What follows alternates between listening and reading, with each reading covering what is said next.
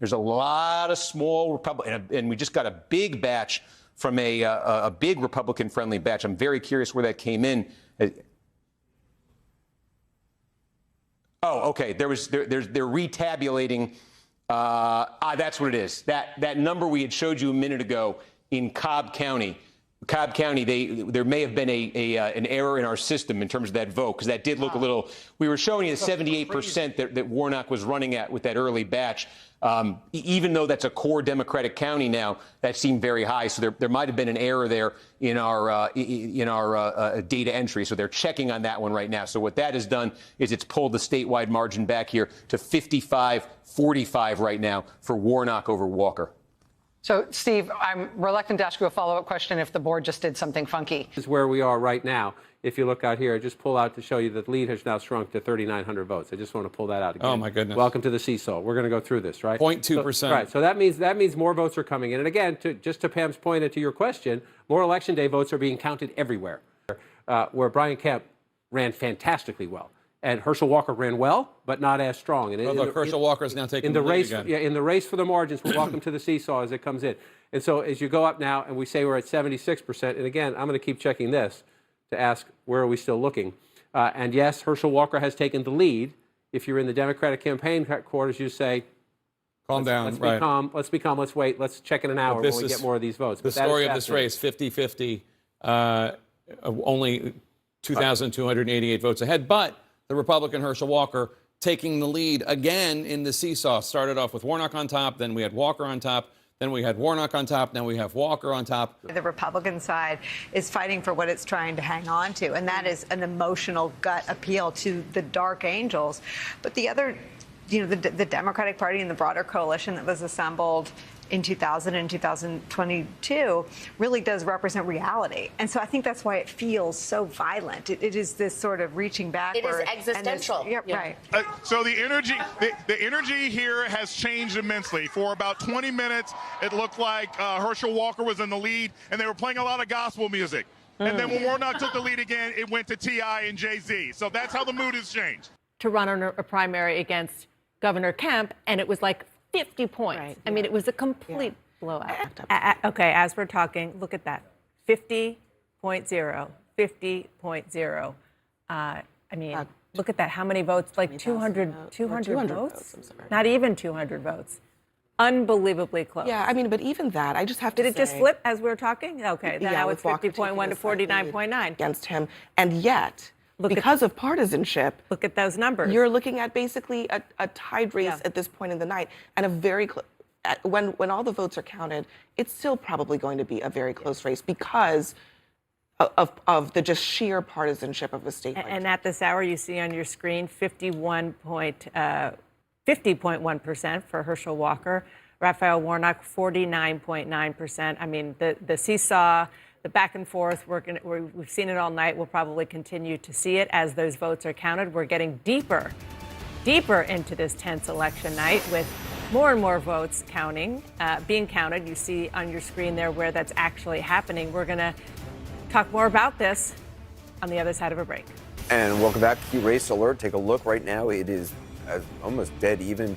Herschel Walker, 2,360 votes ahead with 85% of the votes counted in the state of Georgia. Because a lot of Democrats believed that Senator Warnock would have simply walked away with this. That has not been the case here tonight. So there's no doubt the Walker advisors say they still see a path to victory, but their optimism does not exactly spell out what that is or go beyond that. Well, Anderson, Ludacris is playing behind me, so I'm going to have to shout over you. But listen, as the vote totals volley back and forth all night, a Democratic operative telling me that they always knew that this race was going to be a nail-biter. That is a lead right now of Warnock of 9,026 votes.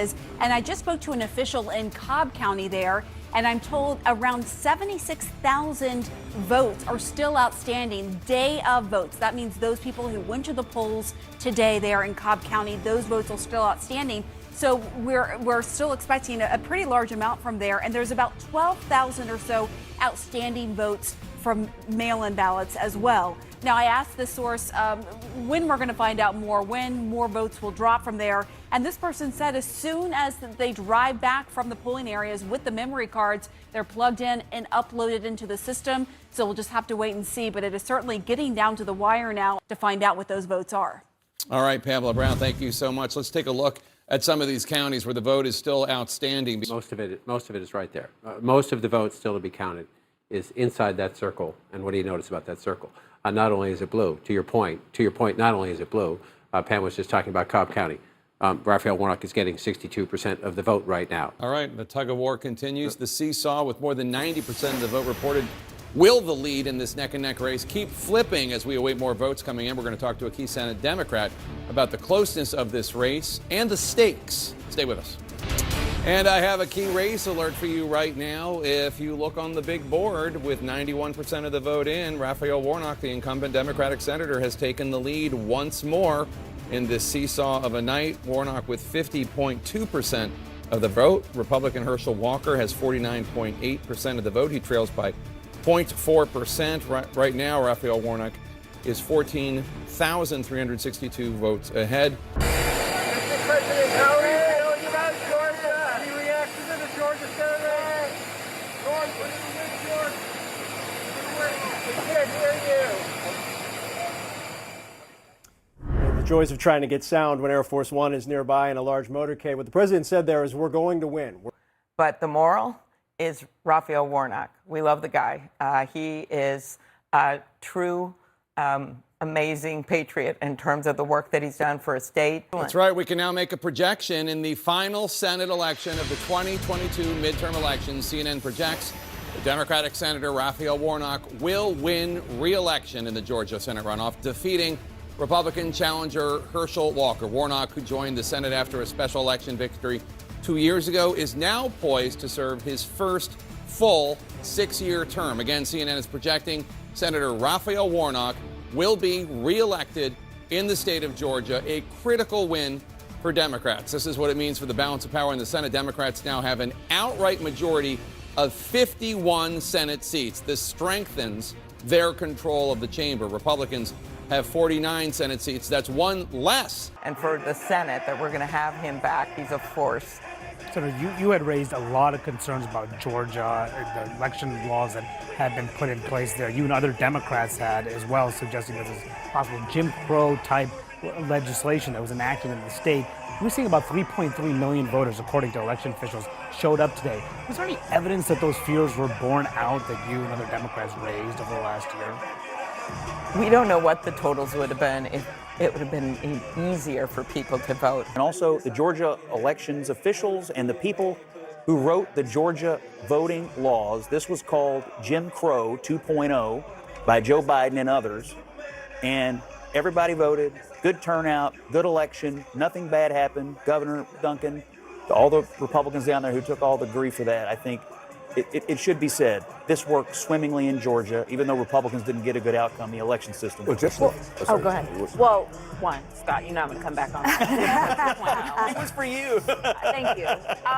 There still were long lines. People still had to wait 2 hours. That's still a form of voter suppression. Just because you win doesn't mean voter suppression doesn't exist. But I'm still excited tonight. And we get to have a senator who I got to meet 8 years ago who was working at Martin Luther King's church fighting for voting rights, and he's going to go back to the United States Capitol and keep fighting. The Walker candidacy was so manifestly preposterous. It just was. There was no reason for this individual to be a United States senator. He was a high school football star and a native son of the state of Georgia who had moved out and had been in Donald Trump's Celebrity Apprentice.